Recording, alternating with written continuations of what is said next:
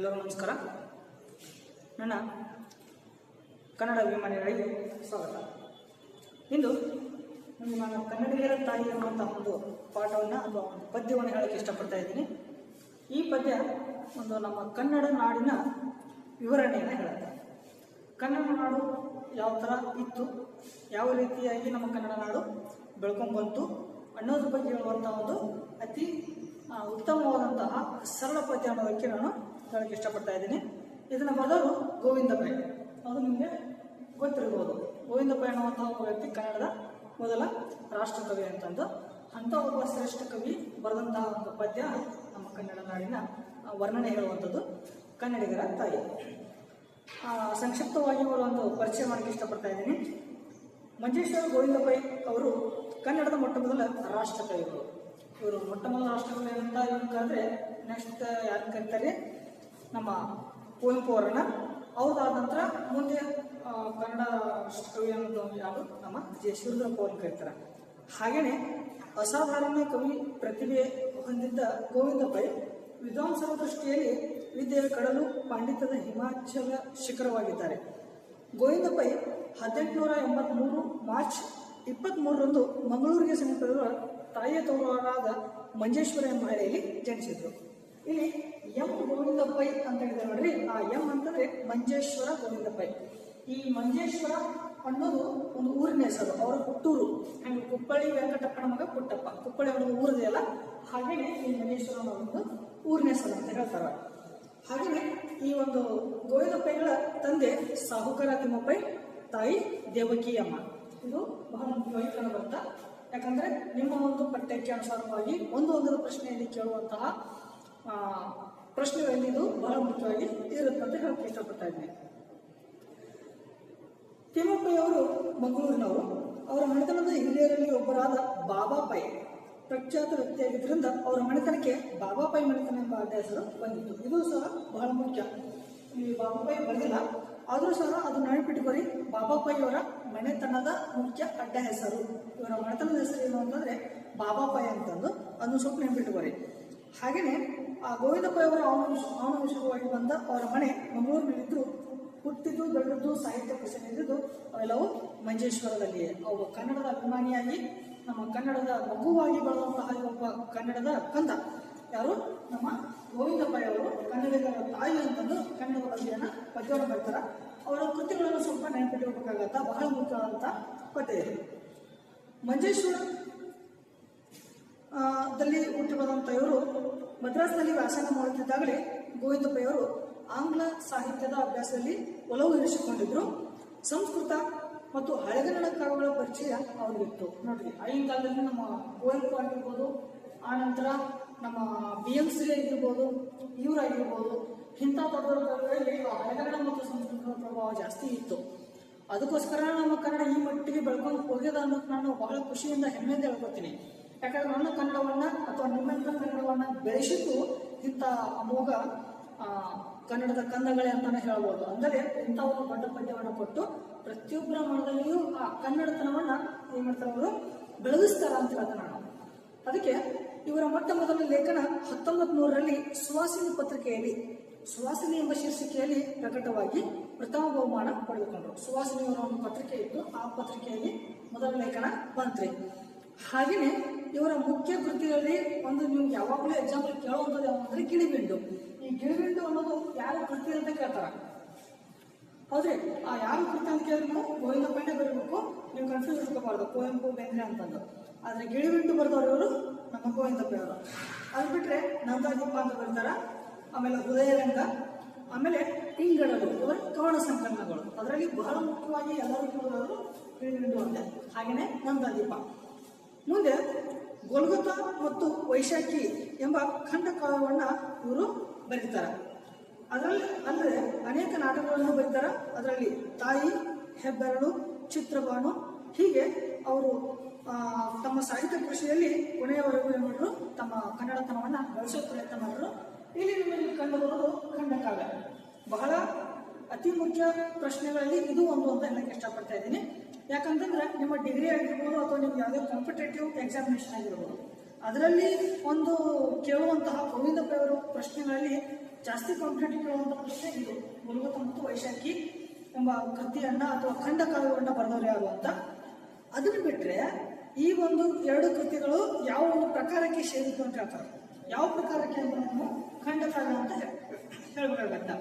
ಹಾಗೇನೆ ನಮ್ಮ ಕುವೆಂಪು ಅವರ ಖಂಡ ಕಾವ್ಯ ಹೋದ ಸಲ ನೀವು ಓದಿರಿ. ಕುವೆಂಪು ಅವರ ಖಂಡ ಕಾವ್ಯ ಯಾವುದು ಅಂತಂದ್ರೆ ನೀವು ಚಿತ್ರಾಂಗದ ಅಂತ ಬರೆದಿದ್ರಿ. ನಾ ಎಷ್ಟು ಸಲ ಕ್ವಶನ್ ಕೇಳಿದ್ದೆ. ಹಾಗೇನೆ ಇವರು ಏನ್ ಮಾಡ್ತಾರ, ಖಂಡ ಕಾವ್ಯ ಯಾವ್ದು ಬರ್ತಾರೆ ಅಂದ್ರೆ ಗೋಲ್ಗೊತ ಮತ್ತು ವೈಶಾಖಿ. ಹಿಂಗಂದ್ರೆ ಏನು? ಈ ಗೋಲ್ಗೊತ ಮತ್ತು ವೈಶಾಖಿ ನಮ್ಮ ಕನ್ನಡ ಸಾಹಿತ್ಯದಲ್ಲಿ ಎರಡು ಅಮೋಘ ವ್ಯಕ್ತಿ ಚಿತ್ರಣವನ್ನು ಕೊಡುವಂತಹ ಕೃತಿಗಳು. ಏನಂತಂದ್ರೆ ಗೋಲ್ಗೊತ ಅನ್ನೋ ಒಂದು ಹೆಸರು ಈ ನಮ್ಮ ಯೇಸು ಕ್ರಿಸ್ತನ ಕೊನೆಯ ದಿನವನ್ನು ಕುರಿತು ಹೇಳುವಂಥದ್ದು. ಯೇಸು ಕ್ರಿಸ್ತನ ಕೊನೆಯ ದಿನ ಗೋಲ್ಗೊತ ಅನ್ನೋದು ಪ್ರದೇಶ ಅದು.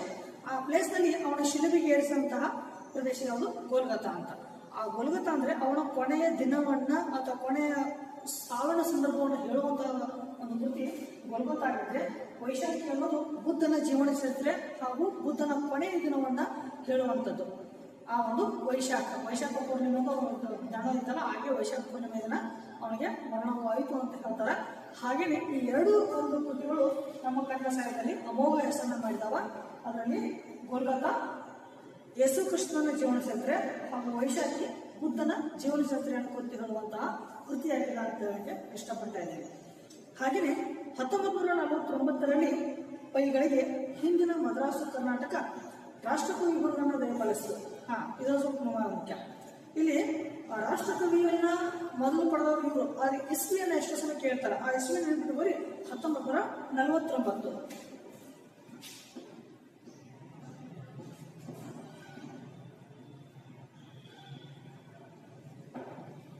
ರಾಷ್ಟ್ರಕವಿ ಬಿರುದು ಬಂದಂತಹ ಇಸ್ವಿ ಬಹಳ ಮುಖ್ಯವಾಗಿ ಕಾಣಬರ್ತದೆ. ಹಾಗೆಯೇ ಅಖಿಲ ಭಾರತ ಕನ್ನಡ ಸಾಹಿತ್ಯ ಸಮ್ಮೇಳನದ ಅಧ್ಯಕ್ಷ ಪಟ್ಟವನ್ನು ಸಿಕ್ತು. ಅವರ 80ನೇ ಏಳು ವಯಸ್ಸಿನಲ್ಲಿ ಮೈಸೂರು ವಿಶ್ವವಿದ್ಯಾಲಯದ ಗೌರವ ಡಾಕ್ಟರೇಟ್ ಪ್ರಶಸ್ತಿಯು ಬಂತು ಅಂತ ಹೇಳ್ತಾರೆ. ಹಾಗೆ ಈ ಪದ್ಯದ ಬಗ್ಗೆ ನಿಮ್ಗೇನಾದ್ರೂ ಸಂಶಯ ಇದ್ದು ಪಾಠ್ಯವನ್ನು ಓದ್ಬೋದು. ಆ ಒಂದು ಸಣ್ಣ ಟಿಪ್ಪಣಿ ಅದ, ಆ ಟಿಪ್ಪಣಿ ಬಹಳ ಮುಖ್ಯವಾಗದ. ಯಾಕಂದ್ರೆ ಈ ಪದ್ಯವನ್ನು ಹೆಂಗೆ ಹೇಳ್ತೀನಲ್ಲ ಅದಕ್ಕಿಂತ ಸ್ವಲ್ಪ ವಿವರಣೆ ಈ ಒಂದು ಟಿಪ್ಪಣಿಯಲ್ಲಿ ರೂಢಾಗ್ತಾ ಇದೆ. ಅದನ್ನು ಓದ್ಕೋಬೇಕಂತ ಹೇಳ್ತಾ ಇದ್ದೀನಿ. ಸ್ವಲ್ಪ ಓದ್ಕೊಂಡು ಹೋಗ್ತೀನಿ, ಆನಂತರ ನಿಮಗೆ ಸರಿಯಾಗಿ ಎಕ್ಸ್ಪ್ಲೇನ್ ಮಾಡ್ತೀನಿ. ಮುಂದೆ ನೋಡ್ರಿ, ಗೋವಿಂದ ಪೈ ಅವರ ಕಾವ್ಯ ಸೃಷ್ಟಿಯನ್ನ ಸಮದೃಷ್ಟಿಯಿಂದ ಸಮೀಕ್ಷಿಸಿದಾಗ ಇಲ್ಲಿ ಪ್ರಧಾನವಾಗಿ ದೇಶಭಕ್ತಿ, ನಾಡಭಕ್ತಿ, ಮಾನವೀಯತೆ, ಪ್ರಕೃತಿ ಪ್ರೇಮಗಳ ಕುರಿತ ಕನ್ನಡ ನಾಡನ್ನು ಸುತ್ತಲೂ ಬಳ್ಳಿ ಬರೆದು ಭಾರತಾಂಬೆಯ ಗುಡಿಯಲ್ಲಿ ಹೂವಾಗಿ ಹರಡಿ ಪರಿಣಮಿಸುತ್ತದೆ.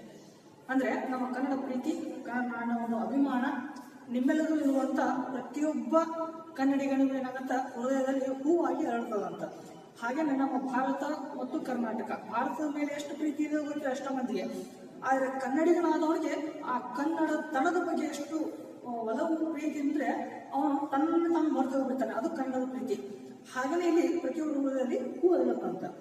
ಮುಂದೆ ಹೇಳ್ತಾರೆ, ಕನ್ನಡ ನಾಡಿನ ಕಡೆಗೆ ಅವರ ದೃಷ್ಟಿ ಹರಿಸಿದಾಗ ಅವರ ಅಂತರನ್ನು ಬಿಡುವುದು ತಾಯಿವಾರ ಮಗವತೋರ. ಕನ್ನಡಿಗರ ತಾಯಿ ಅರಸು ತಾಯಿಯ ಸುತ್ತರಕಾಯೇ ನಮ್ಮ ಜನ್ಮ ದಾತೆ ಎಂದು ಅವರು ಕೊರಳೆತ್ತಿ ಹಾಡಿದ ಹಾಡು ಎಂದಿಗಿಂದಿಗೂ ಕನ್ನಡಿಗರ ತನಮನದಲ್ಲಿ ಮಾದನಿಸುತ್ತದೆ. ಯಾಕೆ ಮಾತನಾಡ್ತಾರೆ ಅಂತಂದ್ರೆ ಅವರು ಮನಸ್ಸನ್ನು ಹೇಳಿದ್ದಾರೆ. ಅಂದ್ರೆ ಎಷ್ಟೋ ಜನ ತನ್ನ ಬಿಟ್ಟಿ ಬೇಸರಿದೆ ಅಂತಂದಲ್ಲ, ಎಷ್ಟೋ ಜನ ಇದ್ದಂತಹ ಪ್ರೀತಿ ಏನಾಗಿರ್ತದ ಅವ್ರದ್ದು ಕೇವಲ ತೋರಿಕೆ ಪ್ರೀತಿ, ತೋರಿಕೆ ಭಕ್ತಿ ಆಗಿರ್ತದ.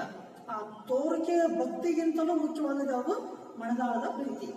ಈ ಮನದಾಳದ ಪ್ರೀತಿಯನ್ನ ಈ ಒಂದು ಕವನದಲ್ಲಿ ಹೇಳುವ ರೀತಿ ನೋಡ್ರಿ, ಅದು ತಾಯಬಾರ ಮಗವತ್ತೋರ, ನನ್ನ ಮುಖವನ್ನ ತೋರಿಸುವ ಆ ಕಾತರತೆ ಈ ಒಂದು ಪದ್ಯದಲ್ಲಿ ಕಾಣ್ತದ. ಹಾಗೆಯೇ ಎಂದೆಂದಿಗೂ ಕನ್ನಡ ತಮಿಳದಲ್ಲಿ ಮಾರ್ಗನಿಸುತ್ತದೆ.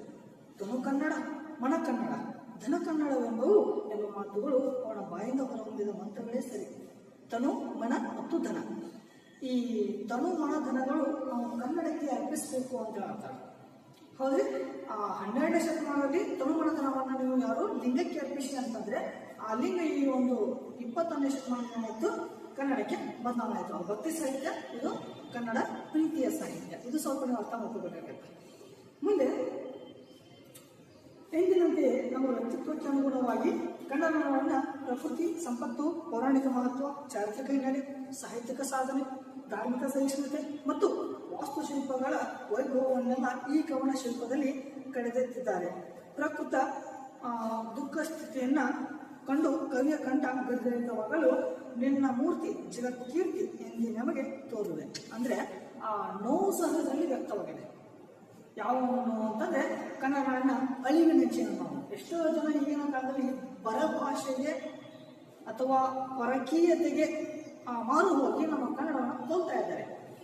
ಆ ಒಂದು ಕನ್ನಡವನ್ನು ಕಲಬಾರದು, ಕನ್ನಡವನ್ನು ಉಳಿಸಿ ಬೆಳೆಸಬೇಕು ಅನ್ನುವಂಥ ಭಾವ ಪ್ರತಿಯೊಬ್ಬರಲ್ಲೂ ಬರಬೇಕ್ರಿ. ಯಾಕಂದ್ರೆ ನಾವು ಯಾವ ರೀತಿಯಾಗಿ ನಮ್ಮ ಕನ್ನಡವನ್ನು ಉಳಿಸ್ತೀವಿ, ನಮ್ಮ ಪ್ರೀತಿಯನ್ನು ಯಾವ ರೀತಿಯಾಗಿ ಕನ್ನಡತನವನ್ನು ಬೆಳೆಸ್ತೀವಿ ಅನ್ನೋದನ್ನ ಕಣ್ಕೋಬೇಕಾಗಿದೆ. ಅದಕ್ಕೋಸ್ಕರ ಆ ಒಂದು ನೋವಿನ ಹೇಳ್ತಾರ, ನಿನ್ನ ಮೂರ್ತಿ ಜಗತ್ಕೀರ್ತಿ ಎಂದಿನವೇ ತೋರಬೇಕು. ನಿನ್ನ ಮೂರ್ತಿ ಜಗತ್ಕೀರ್ತಿ ಆಗಬೇಕು.